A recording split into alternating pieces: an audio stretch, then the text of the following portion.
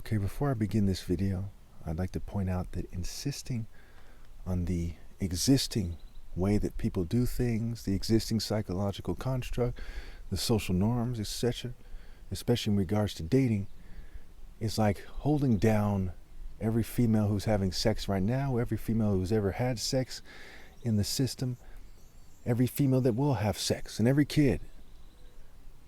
And telling people trying to stop you from raping them that they better not.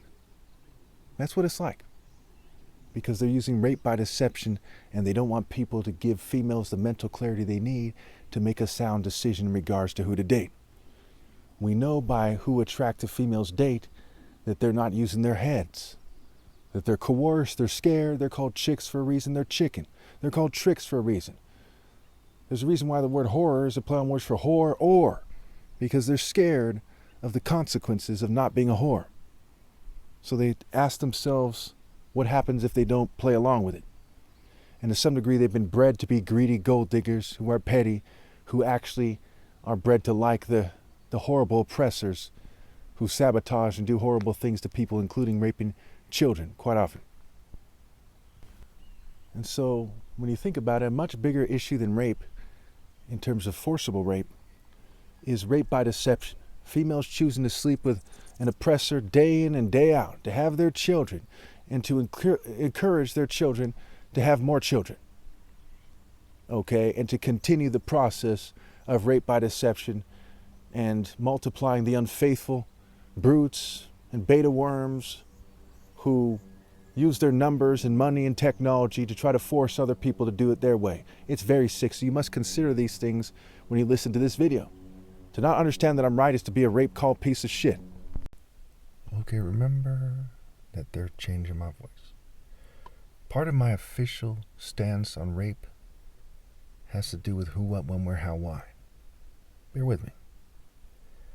There's a difference between a rich, privileged Lex Luthor type who has a bunch of gold diggers after him, who just doesn't want to be told no, who rapes someone, and someone who's disenfranchised and handsome, who's been shunned by females, who by their actions are saying suffer and die while they sleep with their oppressor and with other people who may be somewhat disenfranchised or more with the scale of their oppressor. And their oppressors quite often either molest children or are yoked to those who do. That's one hell of a thing for a female to say to that person by her actions. But keep in mind, we have to look at it in terms of the scale of truth, not the scale of white supremacy. Some poor white guy who isn't so handsome shouldn't put extras on his looks, shouldn't downplay his privilege, shouldn't downplay the reasons why females are shunning him that don't work in his favor. Everyone should tell the truth about it. That white privilege as a scale is disgusting. Far worse than a female shunning a white person unfairly,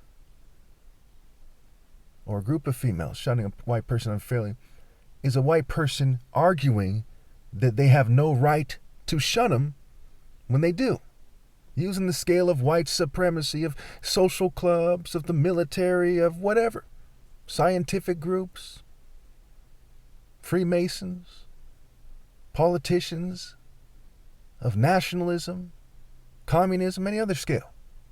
Capitalism, crony capitalism, it's all rubbish.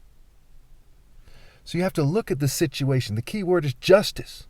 You can't just say, hey, you don't like the thought of a female getting raped. No one hates the thought of a female getting raped more than I do. But you have to look at the bigger picture. That's why people continually fail to understand the Old Testament when it says that they can take female captives in war. Now, a lot of people, as soon as they hear that part, they switch their stance on the topic. They say, well, I guess he's right after all. And that's part of that bad judgment in society that has allowed the attractive females to date scum. There isn't an attractive female on this planet right now who is dating somebody who isn't dating a complete fucking scoundrel, and as such, they both deserve to be executed. I'm not saying to execute them, but they both deserve to be executed. Now imagine if you're the most righteous person that ever lived. And again, I don't want to rape anybody. It's far beneath me. But imagine, is it permitted for that person? By God, yes. What the hell do you think? Are you permitted by God to eat a chicken that never did anyone wrong? Thousands of chickens in your life that never did anyone wrong?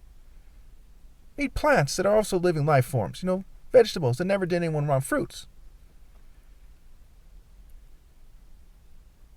Should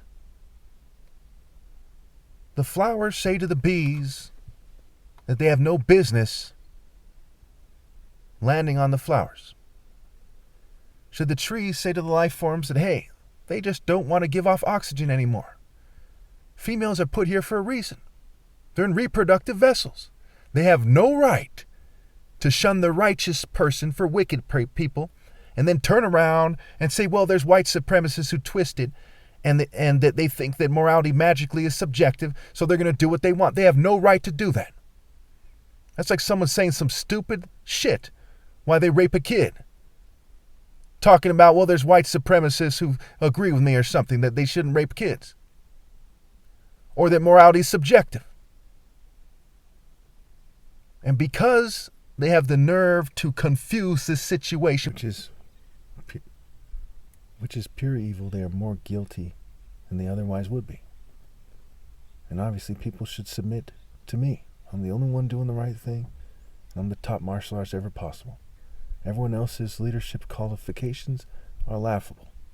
And is it not far overkill by the fact that they're filming me and changing my voice and making it harder for me to speak? I mean, that should really piss off the viewer. If you're not very angry that they're making it harder for me to speak, what's wrong with you? Obviously, I'm right, they're wrong, and it's stupid to live your life cheating me out of my right to lead.